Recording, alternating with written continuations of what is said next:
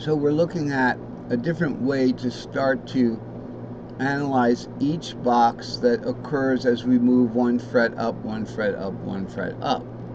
Now this is the missing fret. There's no scalular cage that starts on the missing fret, so that doesn't have a box. You don't see anything starting there and going on, but we will see that in chart 425 because every fret is a fret nut. Okay. And then we go into the Phrygian box. This is just another way to do it. So I've circled it out in green. 3, 4, 5, 6, 7 root, 2, 3, 4. The Phrygian box is your C major box right there. And then we go into the gray square here, which is the 4C long, the Lydian box. Okay, then we go into this box here with the red is the short Mixolydian box. 5, 6, 7 root 2, 3, 4, 5, 6, 7 root 2, 3, 4, 5, 6. Okay, that's the short. So we find we're mixing long and short now. All right, and then we move on to, I guess we call it the long Mixolydian box here. Okay, I happen to add that in. So what's going on here? We had a short box, we had a long box. All right. Now this box here is the Aeolian box. It's the Aeolian short pattern because we have our lone wolf 7, 6, 7 root 2, 3, 4, 5, 6, 7 root 2. So our Aeolian here is G shape. Fourth of G is the C shape down here. Go down for the fourth, go up for the fifth. Fifth of G is the D shape, 2, 3, 4, 5, 6, 7 root 2. All included if you follow the original D diatonic. Okay, then we got this strange 4 here in this E box. I told you the E boxes can get a little weird, but this is actually, I believe it's a short E box, but it's included with this, so it's like the E short cutout box. It's kind of like an outlier. It doesn't fit into what we've previously been doing with pentatonics. And that's it for that particular diagram. Everything else is kind of supporting. These are let's look at that E box there with the 4. We call it the long cutout Locrian 7 root E2. So I did give it a name. It's the long cutout Locrian 7 root 2, 3, 4, 5, 6, 7 root 2, 3 cutout 4, 5, 6. Finish on the same string shape. Okay, so we do have names for this. Now the root one is 7 root E2 tripent Ionian. Okay, this is still an E box, all right, but we usually use it for root.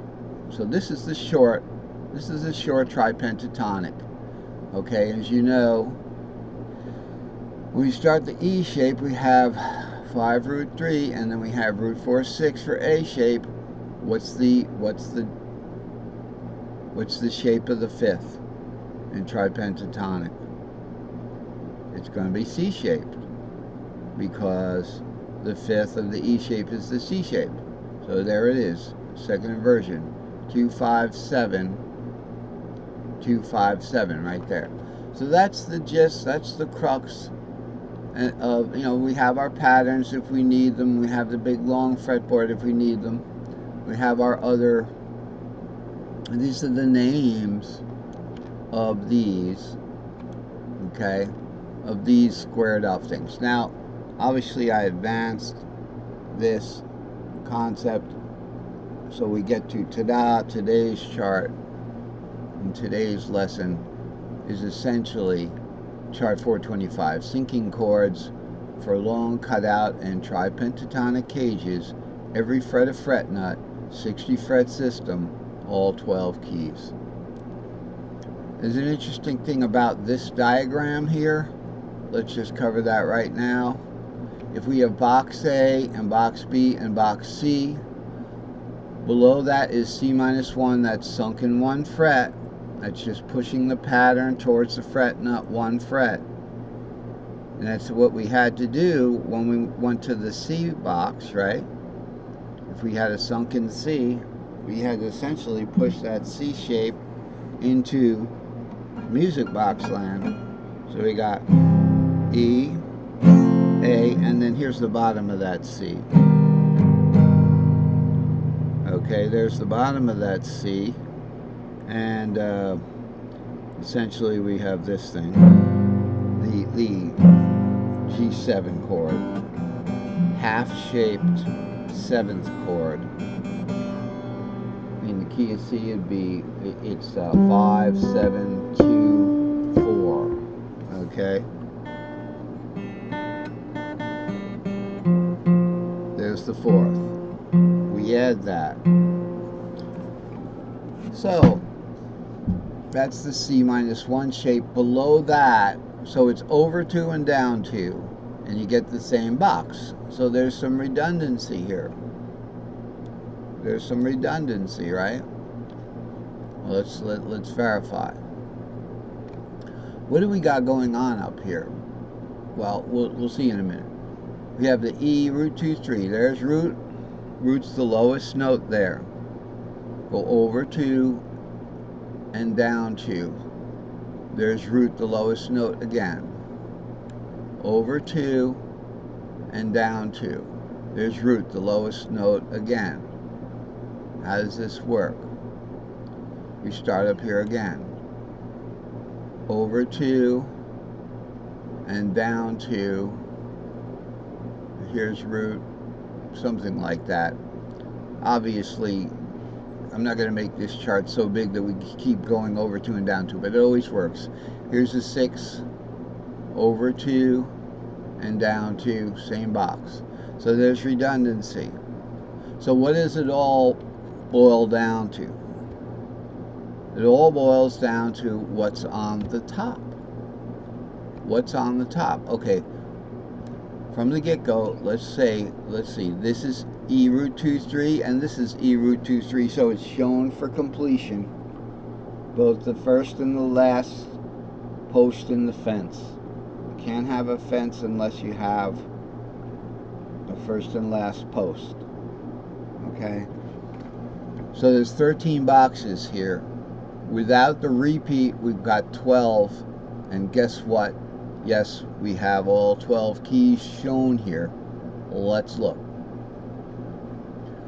Now, I'm going to do it starting with the key of C. So this root would be the key, this would be a C.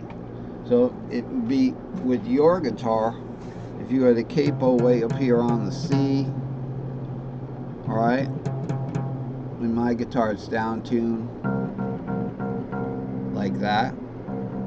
So that's a C, the low C.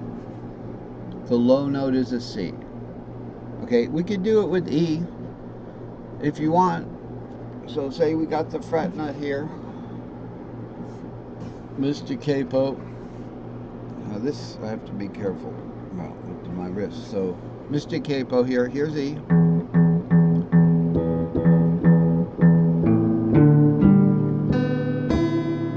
Okay, so let's look at box number 1. E is the root of the key of E. E is the 4th. I'm going to do it on piano now. I fooled you. E is the root of the key of E. Lowest possible played note in the system, whether this is a capo or whether it's the fret nut. In this case, we're going to say it's the fret nut. Because if the capo, you can make that lowest note on the capo, the open lowest string, biggest string on the capo, you can make that anything depending on where you put the capo. So let's do it from the fret nut. In the normal tuning, root would be E. E is the 4th of B. Okay, E is the root of E.